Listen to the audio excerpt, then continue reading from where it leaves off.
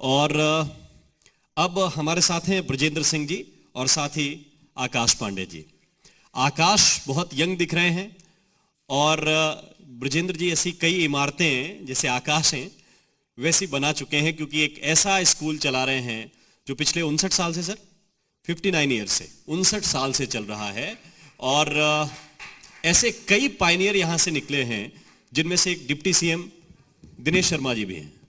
ये उस स्कूल के जिनको कई उत्पाद हैं, प्रोडक्ट हैं, तो कहां से आपने शुरुआत की वो महत्वपूर्ण है। और मैंने इमारतों का जिक्र इसलिए किया था क्योंकि जिस बिजनेस में आकाश पांडे जी हैं उनका मूल काम कंस्ट्रक्शन का है, तो बुनियाद मजबूत करते हैं और इसके बाद अच्छी अच्छी इमारतें बनाने का काम भी है। पहला प्रश्न ब्रजेंद्र सिंह जी आपसे यही है कि मौजूदा दौर की जो शिक्षा है उस शिक्षा को आप कैसे देखते हैं?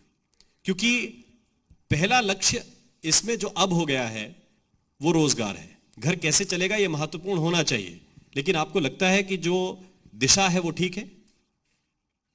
सबसे पहले तो मैं जी यूपी उत्तराखंड के सभी सम्मानित दर्शकों को अभिवादन करता हूं। दूसरा, आपने जो प्रश्न किया, तो मैंने अपने इस छोटे से जीवन में शिक्षा में बहुत बदलाव देखा है। हमारी पहली शिक्षा नीति 1968 में आई थी।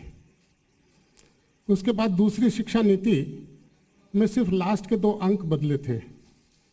68 का 86 हो गया था, वो 1986 में आई थी, लेकिन विशेष परिवर्तन नहीं हुआ।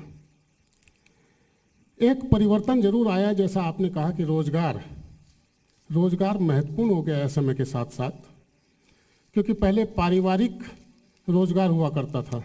वो चाहे आप किसानी समझ लीजिए, चाहे व्यापारी वर्ग समझ लीजिए, पूरा खानदानी पेशा चलता था। आज वो परिदृश्य बदल गया है। तो ऐसी स्थिति में मैंने जो विशेष बदलाव देखा है कि आज परिवार का पहला लक्ष्य होता है कि जब वो बच्चे को एडमिशन कराने जाता है नर्सरी प्रेप में, तो उसकी आंखों में एक प्रश्न होता है स्कूल वालों के सामने, और वो प्रश्न ये होता है कि शाम को जब मैं छुट्टी पर इस बच्चे को लेने आऊँगा, क्या ये इंजीनियर बन जाएगा, क्या ये डॉक्टर हो जाएगा, क्या ये सफल हो जाएगा। ये बहुत बड़ा परिवर्तन आया है। और मैं ये समझता हूँ कि शायद ही इधर पिछले 15, 20, 25 साल के दौरान किसी भी अभिभावक ने घर आने पर अपने बच्चे से ये नहीं पूछा होगा कि बेटा आज तुम्हारी वजह से कोई अच्छा काम हुआ, आज तुमने किसी के चेहरे पर खुशी लाई, आज तुमने कौन सा अच्छा काम किया जिससे तुम्हारे सहपाठियों को मदद मिली। बल्कि ये पूछा जाता है फर्स्ट आए, और अगर उसने कहा नहीं सेकंड, तो हो सकता है डांट पड़ जाए। और अगर कह दे कि इस बार 10वीं आया हूँ, 10वें नंबर पर, तो समझिए पता नहीं क्या क्या हो जाए। नंबर गेम की होड़ बढ़ी है आजकल, ये पिछले 15-20 सालों में। ये बहुत बड़ा परिवर्तन है जो बच्चों को उनकी ज़िंदगी जीने नहीं दे रहा है।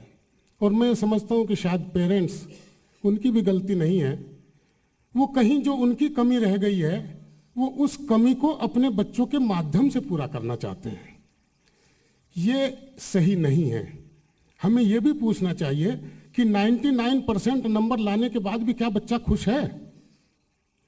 क्या 99.9% लाने के बाद भी वो खुशी से चहक रहा है?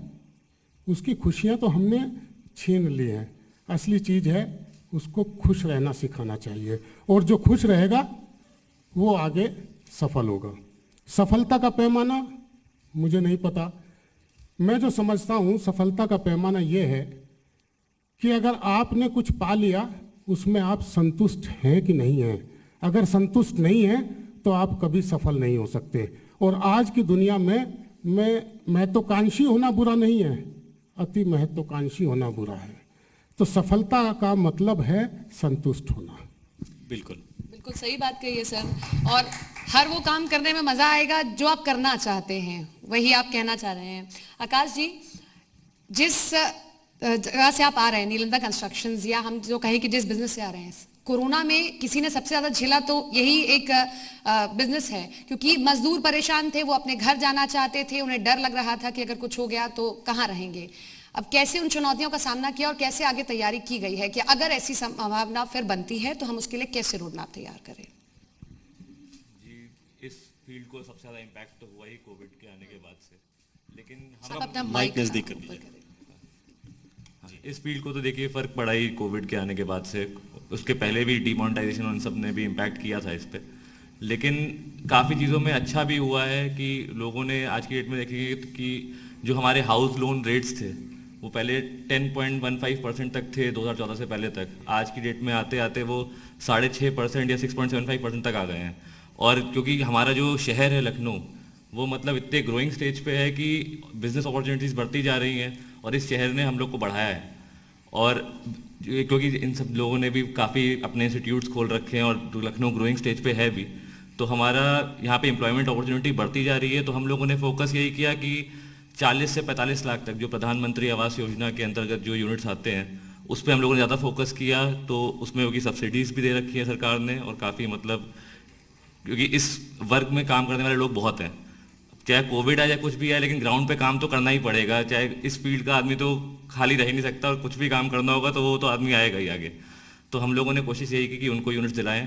तो हम इसी मतलब जो इस रेंज के जो यूनिट्स हैं वो आज की डेट में मतलब अच्छे चल रहे हैं, तो हमारा फोकस उसी पे रहा, तो उसमें ग्रोथ अच्छी है। जी देखिए, मैंने ब्रजेंद्र जी से ये सवाल नहीं पूछा, लेकिन आपसे तो पूछा जा सकता है। उनसे पूछता तो वक्त बहुत लग जाता, लेकिन आप तो ये बता सकते हैं कि शुरुआत कब से की है, क्योंकि उनका तजुर्बा इतना है कि वो शुरू से बताएंगे तो कठिन हो जाएगा। लेकिन आपसे इसलिए पूछना चाहते हैं क्योंकि जो यंग हैं लोग, यूथ हैं, वो बिजनेसमैन इस उम्र में हो जाएं तो क्या उनको चाहिए? जी, निरेंद्रास कंस्ट्रक्शन की शुरुआत देखिए मेरे कॉलेज खत्म होने के बाद से हुई। दरअसल मेरे फादर कंस्ट्रक्शन बिजनेस में थे, रेलवे में ठेकेदारी किया करते थे, बड़े कॉन्ट्रैक्टर थे।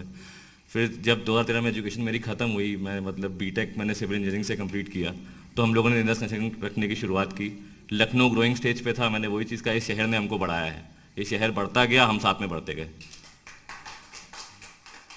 लखनऊ ग्रो हो रहा है, आप भी ग्रो होते जा रहे हैं। बिल्कुल, हम कोशिश कर रहे हैं उसकी स्पीड को मैच कर पाएं। ठीक है ब्रजेंद्र जी, एक सवाल ये भी, क्योंकि ये कोरोना सिर्फ एक फील्ड के लिए नहीं था, आप लोगों के लिए बहुत बड़ी चुनौती रही होगी, कैसे फेस किया इसे?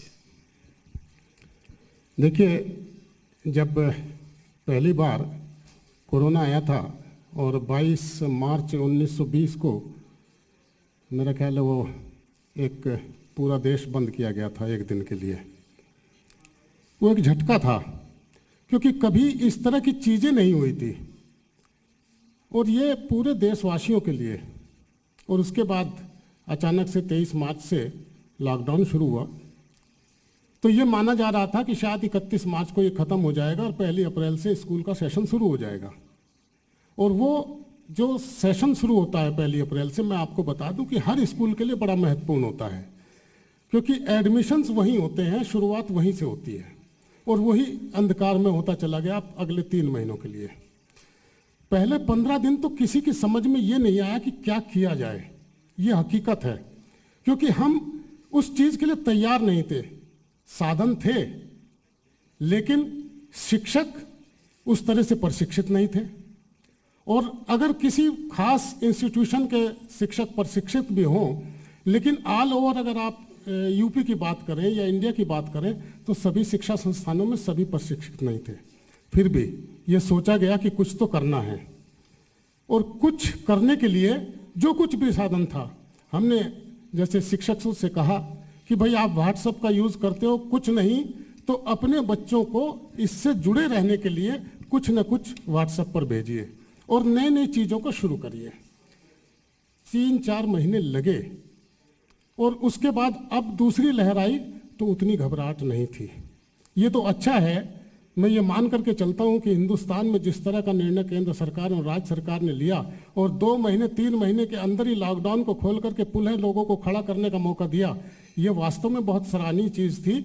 और अगर वो ये ना होता तो आपको मैं ये बताऊं कि शायद शिक्षा का व्यवस्था पूरी तरह से ढांचा चरमरा गया होता। ये बहुत बड़ी चुनौती थी। पहले लॉकडाउन के बाद जो नवंबर में स्कूल खुले थे, सबसे आखिर में विद्यालय खुले थे पिछले साल, जब नवंबर में विद्यालय खोले गए तो बच्चों में जुड़ाव रहने के साथ साथ ऑनलाइन, लेकिन वो 100% नहीं थे, क्योंकि हर एक की पारिवारिक परिस्थितियां अलग थी। हर एक बच्चे के साथ उसके गैजेट्स की उपलब्धता अलग अलग थी। ये बहुत बड़ी चीज़ थी, लेकिन फिर भी कोशिश की गई उनको जोड़ने की। और उसमें जो कमियां आई वो लेखन शैली, लिखना भूल गए बच्चे, एकाग्रता वो भूल गए। केवल व्हाट्सएप पे जाना या ऑनलाइन किसी माध्यम से जाना या गूगल मीट, ये सब जो उसमें वो सुनता था, लेकिन लिखना लिखना सब भूल गया। वो शुरुआत करनी हमारे शिक्षकों को, सभी पूरे देश में, क्योंकि 26 देशों में एक साथ 26 देशों के सारे विद्यालय बंद हुए थे। तो ये बहुत बड़ा सेटबैक है, और ये सेटबैक अगले कितने समय तक चलेगा कुछ कहा नहीं जा सकता। अगर कोविड न भी आए, भगवान न करे अब आए, ये सेटबैक काफ़ी लंबा चलने वाला है, जो ये 1.5 साल में नुकसान हुआ है। आकाश जी, आप बेहतर जानते होंगे कि कंस्ट्रक्शन साइट्स में क्या दिक्कतें आई कोविड-19 से पहले और कोविड-19 के बाद। अब कैसे उन चैलेंजेस को आप फेस कर रहे हैं? क्या अलग अलग चीज़ें थी कोविड-19 से पहले और कोविड-19 के बाद, अब जो चीज़ें ठीक हो रही हैं? हम चाहेंगे कि एक बार दर्शकों के सामने आप रखें। देखिए, कोविड होने से पहले चीज़ें काफ़ी आसान थी। आपको लेबर मूवमेंट और जो मतलब मेन हमारा काम लेबर का होता है, वो बड़ा इजी था। आज की डेट में रेलवे, मतलब आप समझ, ट्रेन्स काफ़ी बंद हुई। आकाश जी, आप अपना माइक थोड़ा ऊपर। रेलवे ट्रेन्स काफ़ी बंद हुई, जिसका मतलब उनका मूवमेंट, मतलब रेलवे, मतलब कि अब लेबर का एकदम से वेजेस बढ़ गए, सारी मतलब कॉस्टिंग बढ़ गई। फिर हर चीज़ों में, चाहे स्टील हो, चाहे कॉपर हो, चाहे जो भी हम लोग का, जैसे अगर बिल्डिंग बनाते हैं तो स्टील आपका मेन होता है, उसके प्राइस बहुत हाई चले गए, कॉपर बहुत हाई चला गया। तो सब चीज़ें दिक्कतें आई हैं, पर अब है, चुनौतियाँ हैं, उनको फेस करना है धीरे धीरे। अब देखिए क्या होता है आगे। एक बात और बताइए, आपने पहले कहा कि लखनऊ ने बहुत कुछ दिया है जी, तो देश की मिट्टी है वो देती है, बिल्कुल। बदले में जब हम सशक्त हो जाएं या मजबूत हो जाएं जी, तो हमारी भी जिम्मेदारी उतनी बन जाती है। बिल्कुल। आप लौट के लखनऊ को क्या दे रहे हैं? अब लखनऊ के लिए ही मेहनत कर रहे सामाजिक हैं। सरोकारों में क्या कर रहे हैं? अब लखनऊ के लिए, अब हम कोविड के टाइम पे हम लोगों ने काफ़ी कम्युनिटी किचन्स थे नगर निगम के, उसमें हम लोगों ने काफ़ी मदद करी।